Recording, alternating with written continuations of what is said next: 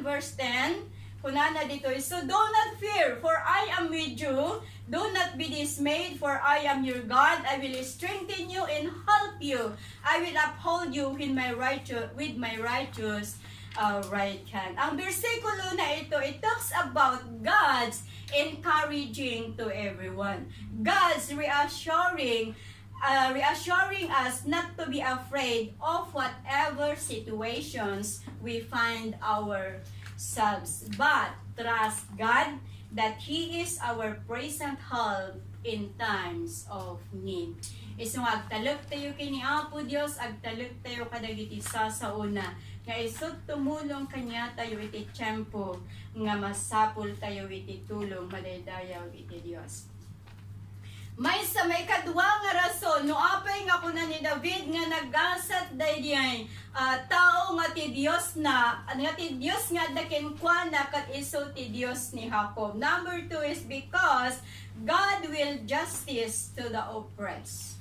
And Proverbs chapter 29 verse 26, many seek the ruler's favor, but justice for man comes from God. Literally, kakabsat, hindi lahat ng mga huwes dito sa mundo ay totoo o kaya usto DJ panagibanag da. Yeah? Hanya aming nga judges dito ikat usto DJ panagibanag da dahil minsan yung baluktot gagawin nilang tuwid. Yung tuwid gagawin nilang baluktot because of money. Because of greed, because of money. Iso nga DJ nalintag pagbalinanda nga kilo. DJ kilo pagbalinanda nga nalintag. But madaytayaw iti Apo kakabsat. But our judge who is sitting on his throne ay fair ang kanyang paghatol. Wala siyang kinikilingan. Hindi siya nasusuhulan. Amen? But He gave fair judgment to everyone. Wala siyang favoritism sa tao na kanyang nilikha. Lahat ay fair ang trato ng Panginoon sa atin. Kaya fair ang pag-judge ng paghatol ng Panginoon sa atin. In Psalms 103 verse 6, the Lord gives righteousness and justice to all who are treated unfairly. For 430 years in Exodus chapter 12, alam na natin yung istorya ng mga Israelites during adada iti lugar iti Egypt. Nga kabayatan iti 430 nga tawen. Nga adada iti lugar ti Egypt kakabsat. Awan ti gundaway nga nariknada iti namay. Awan ti gundaway nga nariknada iti kasla freedom iti biyagda kakabsat. But for 430 years, naging a slave da iti Egyptians. Maparparigat da basit lang nga kamali. Mababaot da kakabsat. Iti kasta nga kasasada iti Israelitas. Dimanon kini Apo Dios iti kararagda. Dimanon kini Apo Dios iti hinaingda. And God give justice to them by delivering them out of the hands of their oppressors. Ni Apo Dios isot ng tad iti fair nga judgment wano hatol kadakwada. Babaan iti panangilapsut na kadakwada manipod iti ima dagiti Egyptians. Amen? And also, kung minsan Satan bind us, persecuted his God's people.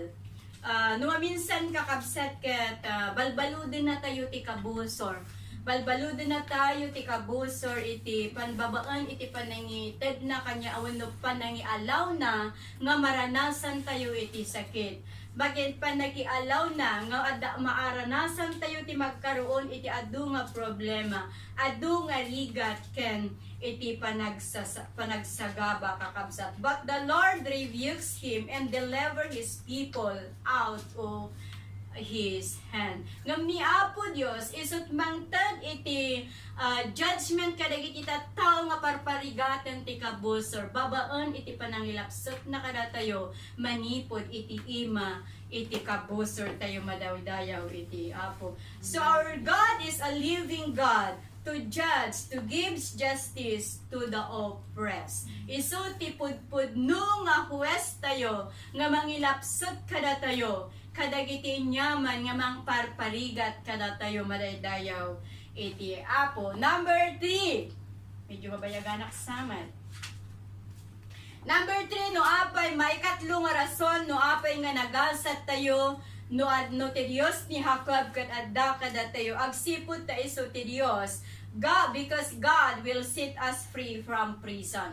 Iso na ti Dios nga mga waya-waya kada tayo manipod iti pagbaludan. In Acts chapter 12, alam na natin ang istorya ni Peter was arrested by King Herod and he put him into prison. But the church earnestly praying to God for him. So the Lord, iso nga inbaon ni Apo Diyos DJ Anghel, kat babaan iti DJ Anghel, indalan na ni Apostle Peter nga rimwar, manipod iti pagbaludan, nga saan nga namalmalayan dagiti gwardya kakabsat. And Psalms 142 verse 7, sets me free from my prison, that I may praise your name. Then the righteous will gather about me because of your goodness to me. This is a prayer of King David when he was in the cave.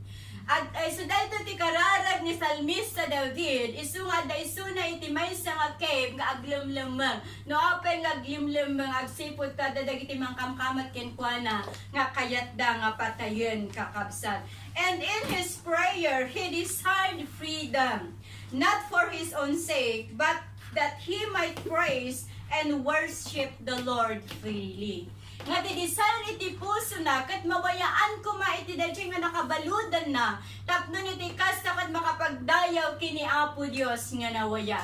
Kat iti tiyempo ti pandemic kakabsat nakaladladingit lang, taga po iti protocols ti gobyerno, awan dadya freedom tayo nga agdayaw kini Apo Diyos. Nga madaydayaw iti Apo, because the normal situation is on the way. Amen? Kat agsubsublen iti normal nga sasasaad kakabsat, kat mabalin tayo nga agtitipon iti dahito nga lugar, tapno iti kasta kat dayawon tayo, ti Apo, iti espiritu ken kinapudno. Kat nadaduma iti espirituan nga kasasaad tayo kakabsat, at dadag nung daduma adudag iti mang babalod kada tayo, mabalin nga mabalbalod ka iti hate, mabalin nga mabalbalod tayo iti sakit tinakam, mabalin nga mabalbalod tayo iti unforgiveness spirit, mabalin nga mabalbalod tayo iti jealousy, mabalin nga mabalbalod tayo iti idolatry, nga manipod iti dahito nga gundaway kakabsat. I want to let you know that no one can able to set us free sa mga bagay na ito, kundi ang Panginoon lamang. Ni Apo Diyos lang ti makabalin nga mangwaya kadagitoy nga kasasaad tayo kakabsat. Babaan iti panangisuko tayo nga nananay iti biyag tayo. Isu nga no dati hate nga marikrik na tayo iti puso tayo kuna tayo kaya ni Apo Diyos. Apo masapul ka. Ikatam daytoy nga gora manipod iti puso. Tapnon makapagdayawakin ka iti espiritu ken kinapudno. Amen? Nga so daytoy kumatitarigagay tunggal may sa kada tayo. Nga anyaman dagiti nang babalod kada tayo nga kasasaad. Nga saan nga makayayo kini Apo Diyos. Titarigagay tayo, kumamang tayo kini Apo Diyos. Agpakumbaba tayo kini Apo Diyos. Isuko tayo kini Apo Diyos. Kat ni Apo Diyos ti manakabalin. Nga mangkad iti pan nakawaya-waya kada tayo madaydayaw iti Apo. Kat babaan iti pan nakabalin ti Apo. Awan ti saan na nga mabalinan nga aramiden. Amin nga ba nagkabailan na nga aramiden. Awan ti narigat kini Apo Diyos. No datayo nga tattao na, kad dumatag tayo ken kuana. Dagiti pakarigatan tayo, dagiti nang babalod kada tayo, isurrender tayo kini Apo Diyos. Kat ni Apo Diyos, wayaan na tayo, ket makapagservi tayo, nga napnuan iti kinapudno malaydayaw iti Apo. Number 4, because God will give sight to the blind. Alam po natin na when Jesus is here in the earth, nung umpisa siya sa kanyang ministry at the age of 30, healing is one of his ministry. Kat awan iti klase ti sakit nga saan na nga kabailan nga agasan kakabsat. Awan ti klase ti sakit nga saan na nga kabailan nga agasan. Kat makita kat maysa dito is dayto ti panangag-agas na kadagiti bulag. Kat may sa daytoy ni Bartimeus. Nga daytoy nga Bartimeus kat bulag since birth. Kat iti tunggal aldaw kunana ditoy, siya ay namamalimos sa kalsada. Nga mitiman sa nga bundaway ng ngigna, nga umay ni Apo Jesus. Umay lumabas ni Apo Jesus, ije kalsada nga ayan na. Kat ijay nga nagpukaw kunana, Jesus, Son of David, have mercy on me. Kat makita ti daytoy nga istorya kakabsat nga dagiti tattao pagululimiw kan da isuna pagtaltalnaon da isuna nga saan nga aglaaw-laaw saan nga agpukaw-pukaw nga makita tayo nga kabayatan nga patpatalnaon da isuna inyad adda na tinagpukaw nga Jesus, have mercy on me. Agingga nga ni Apo Jesus nagsardeng kat pinaayaban na kat kuna ni Apo Jesus kinkwana anya ti kayat mo nga aramideg ken ka. Kat dayjay nga bulag kunana kayat ko ti makakita. Kat ni Apo Jesus kunana, go your faith has held you. Nga manipod iti pamati daytoy nga Bartimeus na agasan kakabsat agsipod tapatsin na nga ni Apo Jesus kat mangagas. And immediately he received his sight and followed Jesus all the road. And Psalms 119 verse 18, open my eyes that I may see wondrous things from your law. Kat isa dahil may sa nga simple nga kararag kakabsat, but it is a powerful. Nga manipod ito dahito nga versikulo, nga manipod ito rigagay dahito nga author dahito nga versikulo kakabsat.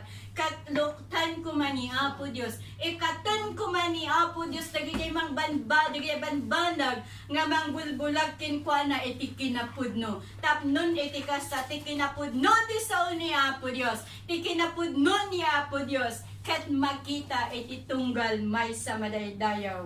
Iti Apo. And God will open our eyes to see the wonderful truths in the precious way of God. The last but not the least, because God will uphold us when we bow down. Isunat mangitag ay kanya tayo inton tiyempo nga maitublak tayo. Amen? Kadagiti biyang ti atleta, kadagiti tumataray kakabsat. Mabalin nga iti tiyempo nga competition, iti tiyempo ti competition da. Mabalin nga adda dagiti saan nga maliklikan nga matisod. Mabalin nga adda dagiti saan nga maliklikan nga maidala. Nga masapul nga bumangon da, tapnon itikas takat makapagtuloy da nga tumaray, ket madanon da dayjay finish line. Amen? So sa mundong ginagalawan natin, maraming nangyayari na hindi po natin inaasahan. At maaring dahilan ito na tayo'y matisod sa ating paglilingkod. Maaring dahilan ito para tayo'y huminto sa ating paglilingkod. At maaring dahilan ito para tayo'y manghina sa ating paglilingkod sa Panginoon. At maaring dahilan ito para tayo'y mawalan ng pag-asa.